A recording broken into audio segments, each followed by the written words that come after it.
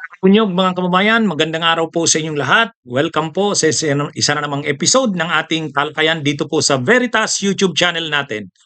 Subscribe na po kayo kung hindi pa po kayo nakasubscribe dito. Napapanood rin po tayo sa Veritas Meta or Facebook page. Kung hindi pa po kayo nakafollow, follow na po kayo. Mga kabunyog, dinidiscuss ko dito ang ah, mga piling-piling issue na hindi ko pa nadidiscuss sa ibang social media platforms natin. Kaya lagi po kayong sumubaybay dito po sa regular nating talakayan. Hmm? Mga kabunyog, mga kababayan. Dito sa topic natin ngayon, mga kabunyog, mga kababayan, hmm? ah, ah, ano ito? Itong si Harry Roque ng insulto. Ang tindi maka-insulto nito ni Harry Roque. Akala mo naman, ang lakas nila. Hmm? Akala mo naman sigurado na sila sa 2028. Ang iniinsulto ni Harry Roque, yung lumabas na post na yung ha? Nag-uusap-usap kasi ang oposisyon, apat ang pinagpipilian. Sino ba talaga? Sa post ni Attorney Jess Falses, ha? Isang kakamping ito na lawyer HARP. Oh, yan yung inaan niya. Pinopromote niya, HARP. Hontiveros, Aquino, Robredo, Pangilinan. Oh, ito yung mga posibleng magpresidente, vice-presidente sa pahagi ng oposisyon. HARP sa 2028. HARP 2028. Oh, Hontiveros, Aquino, Robredo, Pangilinan. Hmm? Yan yung yan yung ngayon, ito yung apat na mag-uusap-usap. Sino ba ang posibleng magpresidente, vice-presidente? Si Lenny ba? Kung si Lenny, sinong magbabay? Si Bamba or si Risa? Kung hindi naman tatakbo si Lenny, sino magpe-president? Si Risa ba or si Bam? Oh. Si Pangilinan ba'y tatakbo uli? Oh. Yan yung yan yung mga ngayon, pinu-float. Kaya, kumbaga, yung mga kakamping sa Dilawan, yung oposisyon, nai-excite sila sa ganyan. Kaya kinakalat yung HARP na yan. Yung HARP. Hontiveros, Aquino, Robredo, or Pangilinan. Ay ngayon, itong si Roque, ang yabang kumantsaw. Ha? Ang yabang kumantsaw, sabi ni Roque, dagdagan nyo na ng T. Oh, dagdagan na daw ng T. Oh, idagdag na daw si Torre. Sabi niya, sana sinama si Torre. Para ang acronym daw nila ay FART. FART. P-H-A-R-T. Ha? Actually, ang niya, iniinsulto niya kasi alam naman natin ang FART na F-A-R-T. F-A-R-T, FART. Oh, oh, ano yun? Hmm? Ano yun? Insulto yun eh.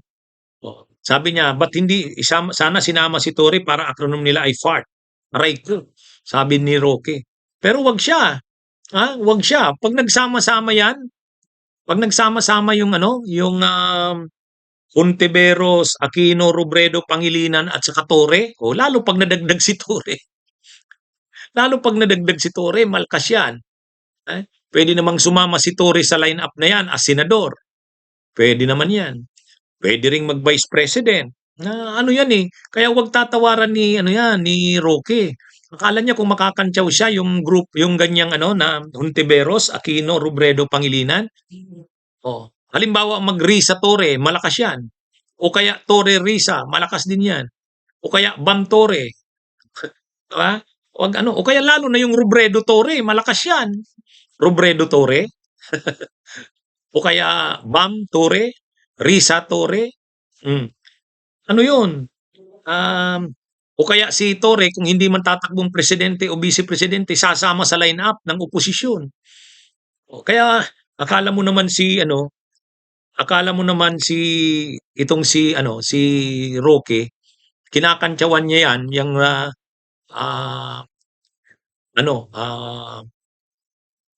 si Risa Hontiveros, si Aquino, si Robredo, si Pangilinan, tapos Torre. Akala niya niyan, malakas yan. Pag nagsanib persa yung mga yan, nagkaisa talaga kung sino ang imamanok na presidente, vice-presidente. Wala yan si Sara. Wala yan si Sara. Kaya yung mga insulto na yan ni Roque, akala mo naman, yung kanilang pambato na si Sara Duterte ay wala nang sigurado ng mananalo. Para naman nakakasigurado sila. Nakakasigurado. At yan, kapag yung ano na yan, yung Hontiveros, Aquino, Robredo, tapos Pangilinan, tapos Torre, tapos makipag-alyansa pa yan sa ibang grupo, katulad sa grupo nila John B. Cremulya, Vince Dizon, ano, kung sino sa parte ng administrasyon, lalong walang panalo niyan ang kandidato ng nila Duterte. Kaya wag ito masyadong mayabang si Roque. Hmm? Yung isama na daw si Torre kay Hontiveros, Aquino, Robredo, Pangilinan, tawagin na daw part. Eh pag sinama mo yung Hontiveros, Aquino, Robredo, Pangilinan, Torre, ano man dyan ang maging team up, President, Vice President, basta't yan ang magsama-sama, malakas yan. Kaya wag siyang mang-iinsulto. Akala mo naman nakakasigurado na si Sara Duterte, itong si Harry Roque. Ha? Mga kabunyog, mga kababayan, kung makapag-komentaryo, akala mo sure na eh. Hindi bilog ang bula, wag siyang magyayabang.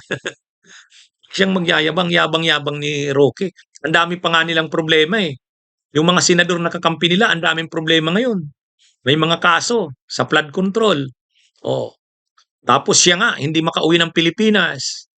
Oh, sa susunod pati si Bato posibleng maaresto na rin. Ano bang pinagyayabang ni Roque kung makapagsalita? Akala mo sure win na sila sa 28? Oy, wag ka nga Roque mayabang. At saka yung kinakantyawan niyang alyansa, Hontiveros, Aquino, Robredo, Pangilinan, Torre, isama na daw si Torre. Pag sumama si Torre diyan, lalong malakas yan. Lalong malakas yan. Huwag niyang mamaliitin yan. Ha? O, um, ano ito mga kabunyog, mga kababayan, medyo itong yabang na ito ni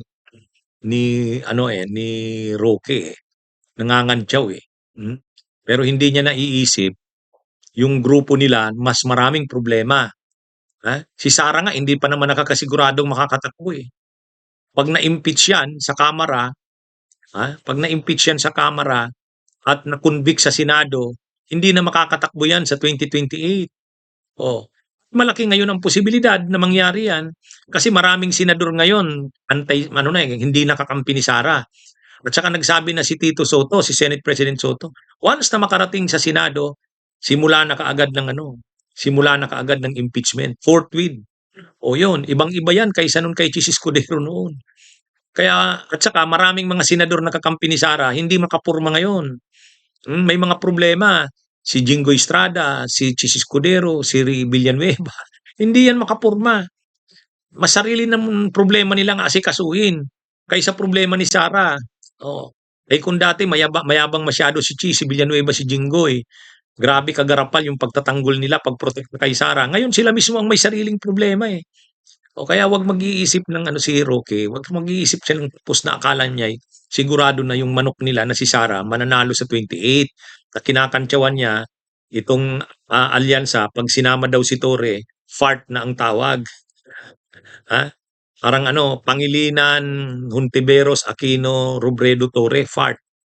Insulto yun eh. Anyway, o yan mga kabunyog, mga kabayan.